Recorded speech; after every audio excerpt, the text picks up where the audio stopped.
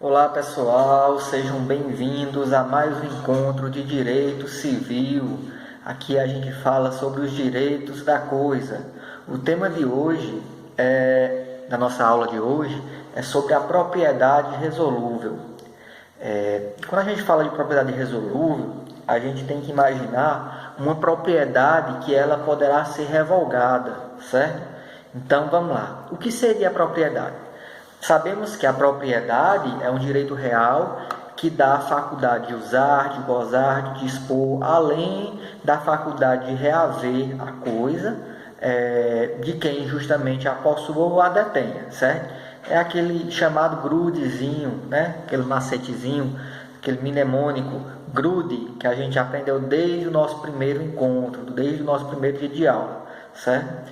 Então, o proprietário, os poderes inerentes à propriedade, que nós chamamos de grude, é a faculdade de gozar, de reaver, de usar e de dispor da coisa.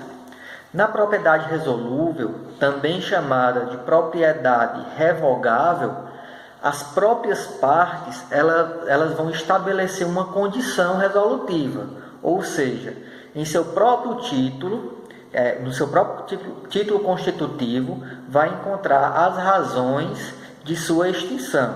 Então, as partes vão convencionar o motivo da extinção da propriedade, tá bom? Então, essa propriedade resolúvel, ela poderá ser uma propriedade, ou melhor, poderá ser advir de um negócio jurídico, seja ele gratuito ou seja ele oneroso. Ela também poderá ser constituído através de atos intervivos ou também através de causas mortes, tá bom? Isso porque ela poderá ser subordinada a uma condição ou termo, ou termo convencionado pelas partes ou então prevista por lei, ou ainda a um fato jurídico superveniente, certo? A gente pode trazer como, por exemplo, exemplos de propriedade resolúvel, intervivos. O nosso primeiro exemplo que eu poderia trazer é o contrato de compra e venda com o pacto de retrovenda, onde o vendedor ele vai reservar para si o direito de recomprar a coisa alienada dentro do prazo legal estabelecido. Claro que isso vai acontecer mediante a devolução do preço e o reembolso das despesas efetuadas com o contrato. Então, no momento em que o alienante exerce o direito que reservou a propriedade resolúvel, ela será extinta. Isso está previsto, pessoal, no artigo 505. Então, vocês viram lá em Direito dos Contratos, certo? Onde o vendedor poderá reservar para si o direito de reaver a coisa alienada. Imagine só que eu tenho um imóvel no centro da cidade de Araripina, tá bom? E pelo motivo da atual crise econômica que assola o país em virtude da Covid-19, eu tenho a necessidade de vender aquela propriedade para o meu sustento, certo? Então, tem uma determinada pessoa que tinha interesse de comprar há muito tempo, mas que eu nunca tinha tido a necessidade nem o interesse de vender aquela propriedade. Então, pela atual necessidade de hoje, eu vou lá e digo, eu lhe vendo a propriedade, mas desde que eu tenha a opção de recomprar de você pelos mesmos valores, certo? Pelo mesmo valor, e é claro, dentro do prazo de 3 anos. Aí aquela pessoa que tinha muito interesse de comprar, de adquirir aquela propriedade, pode até pensar, não, eu não vou ter prejuízo, vai que aí durante o prazo aí de 3 anos ele não possa reaver essa coisa. Então, normalmente, isso acontece em situações parecidas, tá certo? Então, o artigo 500, sim, aí é claro, a gente faz o contrato de compra e venda, a escritura de compra e venda, certo? Aí lá eu vou colocar uma cláusula de retrovenda e, é claro, a propriedade do adquirente, ela será uma propriedade resolúvel. Por quê? Se dentro daquele prazo estabelecido na lei de 3 anos, eu que reservei aquela prerrogativa de reaver a coisa, conseguir, ou melhor, pleitear o meu direito, a propriedade dele será resolvida, tá bom? Olha só o que é que diz o artigo 505 do Código Civil. O vendedor de coisa imóvel pode reservar-se o direito de recobrá-la no prazo máximo decadencial de 3 anos, restituindo o preço recebido e reembolsando as despesas do comprador, inclusive as que durante o período de resgate se efetuarem com autorizações escritas ou para a realização de benfeitorias necessárias. Então, é claro, todas as despesas que o adquirente teve, seja ela com a própria compra do imóvel, eu que vou pleitear o direito de reaver a coisa, o imóvel, eu vou ter que restituir os valores da compra e venda, os valores que foram gastos com a transferência, então os valores de escritura, de registro de imposto e eventualmente qualquer despesa oriunda de edificações, benfeitorias, se for necessária, eu deverei restituir. Se não for necessária, eu terei que restituir aquelas que eu autorizei. Como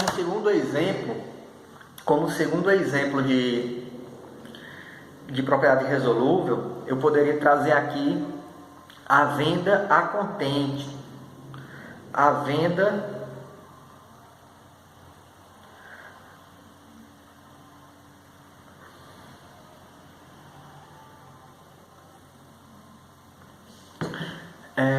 a contento. Eu recebi aqui um WhatsApp de um aluno.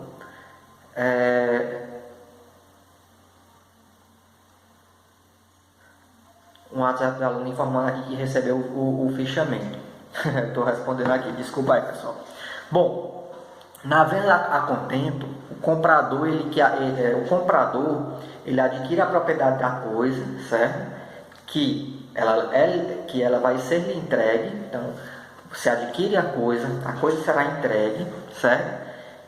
E é claro, o comprador ele vai averiguar se aquela coisa lhe agrada ou não. Então, se não lhe for conveniente, ele poderá devolver ao vendedor. Então, observe, na venda a contento, que é bastante comum, certo? Vou lá na internet, vejo um tênis aí da hora para mim, para comprar, para ir para a academia, para fazer minha caminhada. Fui lá e comprei um tênis, certo? Se por acaso fui lá, comprei o tênis, recebi o tênis, aí chegou agora esse tênis, aí eu disse, não quero mais esse tênis, as academias estão fechadas, acho que não era o momento de ter efetuado essa compra. Eu posso simplesmente devolver a coisa, certo? Tem um prazozinho lá estabelecido no site, eu vou lá e devolvo a coisa. A minha propriedade, ela vai se resolver, certo? Eu adquiri a propriedade daquele tênis e com a minha devolução ela irá se resolver, tá bom? Então está previsto lá no artigo 509 do Código Civil, que diz o seguinte: a venda feita a contento do comprador entende-se realizada sob condição suspensiva, ainda que a coisa lhe tenha sido entregue e não se reputará perfeita enquanto o adquirente não manifestar o seu agrado, tá certo? Então, a venda a contento, o adquirente ele tem que se manifestar pelo agrado da coisa. Caso ele não faça, ele poderá resolver a venda, resolver a propriedade com a devolução da coisa, tá bom? Terceiro exemplo de propriedade resolúvel, nós temos a alienação fiduciária em garantia, onde o fiduciário passa a ser o proprietário da coisa alienada pelo fiduciante, adquirindo o domínio desses bens. A resolução opera-se no momento em que cessar a garantia, voltando as coisas ao patrimônio do titular primitivo. Então eu vou lá na Honda, certo? Fui lá na Honda, financio lá a compra de uma moto, uma motocicleta, e dentro daquele negócio, aí eu decido dar aquela moto em alienação fiduciária. Observe, o proprietário eu estou transferindo a propriedade daquela moto, embora não a posse, ao proprietário fiduciário, tá certo? E aquela propriedade fiduciária, ela irá se resolver pelo momento da quitação da garantia. Fui lá, quitei a garantia, a propriedade fiduciária, ela será resolvida, tá certo? A alienação fiduciária, será resolvida. Quarto exemplo de propriedade resolúvel, na venda feita a estranho por condômino de sua cota parte ideal de uma coisa comum e divisível, tá bom? Olha só o tamanho desse texto. A gente viu nas aulas passadas o condomínio, a existência do condomínio.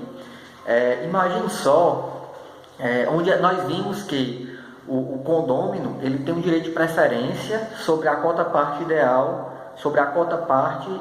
dos demais condôminos. A gente viu lá as regrinhas dentro do condomínio, quem teria o direito de preferência sobre a cota parte do outro. Se vocês não viram esse vídeo, voltem lá, onde a gente falou sobre condomínio. Mas vamos lá aqui para o exemplo dessa propriedade resolúvel. A lei estabelece o direito de preferência entre os condôminos de coisa indivisível. Então, imagine só que eu tenho uma casa em condomínio com o meu irmão, certo? Em condomínio com o meu irmão, e eu decido vender essa casa para uma terceira pessoa. Observe, pessoal, a lei diz que eu tenho que dar preferência ao meu irmão, certo? Ao meu condômino.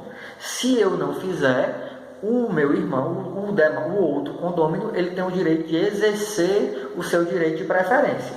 Então, aquele adquirente que não houve, na situação que não houve o respeito do direito de preferência, ou seja, não foi ofertado nas mesmas condições para o demais condômino, ele terá a propriedade resolvida caso o condômino que tinha preferência decida exercer o seu direito, tá bom?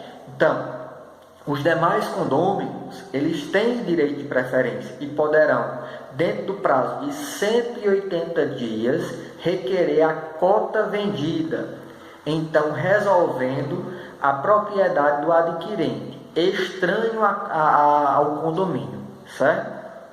Estranho ao condomínio. Isso está previsto no artigo 504 do Código Civil. Vamos ver aqui o que é que diz o artigo 504. Não pode um condômino em coisa indivisível vender para estranho, sem o outro consorte, a qualquer tempo, se o outro consorte a quiser a qualquer tempo, certo?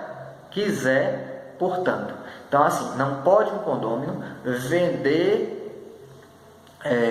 sua cota parte de coisa indivisível sem que o outro consorte a queira, certo? O condômino, a quem não se der o conhecimento da venda, poderá depositar o preço, haver para si a parte vendida a estranhos, se o requerer dentro do prazo de 180 dias, sob pena de decadência. Então, o prazo é decadencial. O direito de preferência dos condôminos o direito de preferência deverá ser exercido de forma decadencial dentro de 180 dias, tá bom? Mais um exemplo de propriedade resolúvel. Nós temos aqui as situações das doações com cláusula de revisão. Note só, pessoal, a doação com cláusula de revisão é aquela que o doador pode estipular que a coisa doada retorne para o seu patrimônio se ele sobreviver ao donatário. Então, imagine só que seu João decida doar uma determinada casa para um amigo querido, sei lá, Mas aí ele doa aquela casa e diz, mas aí se por acaso o doador, ou melhor, se por acaso o donatário falecer primeiro do que o doador, aquela casa que foi doada não será transmitida para os herdeiros do donatário, ela será transmitida para o doador, tá certo? Ela retornará para o doador. Então resolve-se a propriedade, certo? Então seria a cláusula de revisão. Então esses são os exemplos que eu poderia trazer para falar sobre propriedade resolúvel, especificamente sobre a propriedade resolúvel dos bens ou instituída através de atos intervivos, tá bom? Com relação à propriedade resolúvel constituída por ato causa-morte, nós temos a situação do fideicommício, tá certo? O exemplo seria o fideicommício. Mas o que é o fideicommício? Bom, o fideicommício, pessoal, imagine só, que uma determinada pessoa, ele em testamento, através de ato de última vontade, tá bom? Então, vocês vão pagar uma disciplina para trabalhar sobre direito de sucessão, tá bom? A gente não vai entrar em grandes detalhes sobre isso, mas assim, a gente tem que ter a noção que qualquer pessoa, caso ele tenha herdeiro necessário, quando eu falo de herdeiro necessário, a gente tem que lembrar que o herdeiro necessário são os ascendentes, os descendentes e o cônjuge. Claro, a ordem é descendente, ascendente e cônjuge, tá bom? Então a ordem dos herdeiros necessários, descendente, ascendente e cônjuge.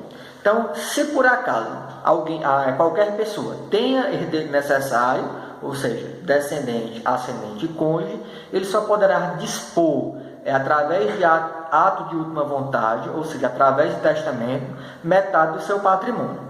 Se ele não tiver herdeiro necessário, tiver apenas herdeiros, chamados herdeiros facultativos, que são lá os colaterais, ele poderia dispor de 100% do seu patrimônio, tá bom? Então essa é uma regrazinha. Bom, então independentemente se ele tinha herdeiro necessário ou não, imagine só que respeitando a legítima,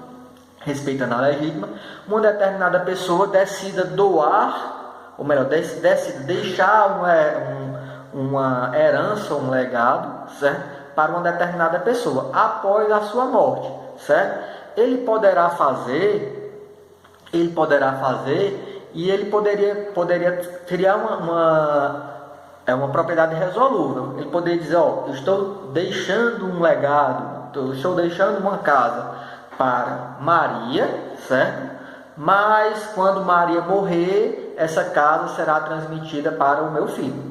No caso, para um herdeiro, que seria um herdeiro necessário, tá bom? Então, no caso da morte de Maria, essa casa não iria ser transmitida para os herdeiros de Maria, seria retornada para o herdeiro do testador, o herdeiro do autor da herança, tá bom?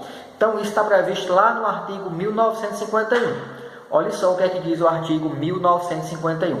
Pode o testador instituir herdeiro ou legatário, estabelecendo que, por ocasião de sua morte, a herança ou o legado se transmita ao fiduciário. Então, quem é o fiduciário? O fiduciário seria aquele legatário, tá bom? Aquele legatário que recebeu aquela herança ou legado, através desse ato através do ato de última vontade. Aí o que é que acontece? Esse autor da herança, o testador, no momento da lavratura do seu testamento, ele poderá instituir uma propriedade resolúvel, certo? Trazendo uma condição, um termo, que se ela for cumprida, aquela propriedade será resolvida e será transferida para outra pessoa. E o restante do caput do artigo 1951, ele diz isso, resolvendo-se o direito deste, por sua morte, a certo tempo ou sob certa condição, em favor de outrem, que se qualifica de fideicomissário. Então, o testador ele diz, estou deixando esse legado para Maria, certo? para Maria. Maria seria a fiduciária, tá bom? Para que após a propriedade para Maria, para que após a sua morte, a propriedade ela vai para Pedro, certo? E Pedro seria o fideicomissário, tá bom? Pedro seria fideicomissário. Então, após a morte de Maria, a propriedade de Maria se resolveria e seria transmitida para o fideicomissário. Poderia também se instituir um termo ou uma condição, ao invés de ser a morte.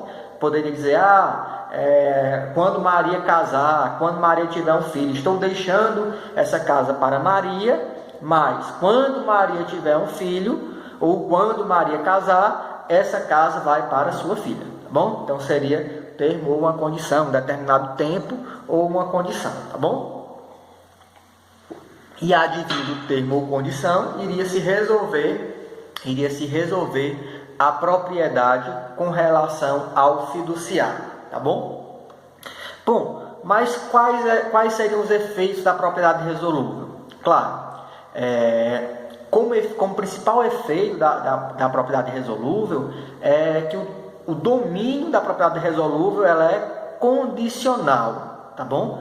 Ela é condicional. Ela subsiste enquanto não se verificar a condição ou o termo, ou melhor, a condição ou o termo, o implemento daquele ou o vencimento deste, certo? Então, se por acaso aquela propriedade resolúvel estiver sob condição, o implemento daquela condição resolve a propriedade.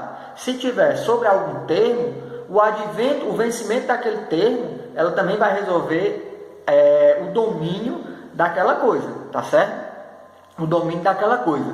E diz o artigo 1359 o seguinte: resolvida a propriedade pelo implemento da condição ou pelo advento do termo, entende-se também resolvidos os direitos reais concedidos na sua pendência e o proprietário em cujo favor se opera a resolução pode reivindicar a coisa do poder de quem a possua ou detenha. Então, advindo o termo, o vencimento do termo ou o implemento da condição, resolve-se a propriedade e o beneficiário poderá reivindicar a coisa com quem ela estiver, tá bom? Para você ter uma ideia, o efeito da propriedade resolúvel, ela é retroativa, certo? Ela é retroativa, ou seja, é uma revogação ex tunc, tá bom? Ex tunc. Aí vocês lembram daquela regrinha, né? Ex tunc, tunc, testa para trás, então retroage. Ex nunc, nuca para frente, então é dali para frente, certo? Então é um macetezinho aí para a gente lembrar o que é ex tunc e o que é ex nunc, tá bom? Então opera-se retroativamente de maneira que todos os direitos que se constituam em sua pendência serão desfeitos, como se nunca tivesse existido, tá bom? Se a revogação advém de causa superveniente, estranha ao título, estranha posterior à transmissão da propriedade, aplica-se o artigo 1360. Então, assim, se por acaso a resolução da propriedade, a propriedade se resolveu por um ato constituído no título, ela vai os efeitos irão se operar ex tunc. Agora, se por acaso a propriedade a propriedade resolúvel, ou melhor, a dissolução ocorrer por uma situação superveniente, um fato estranho ao contrato, que aconteceu após o contrato, nós vamos obedecer às regrinhas do artigo 1360. Só um momentinho, pessoal.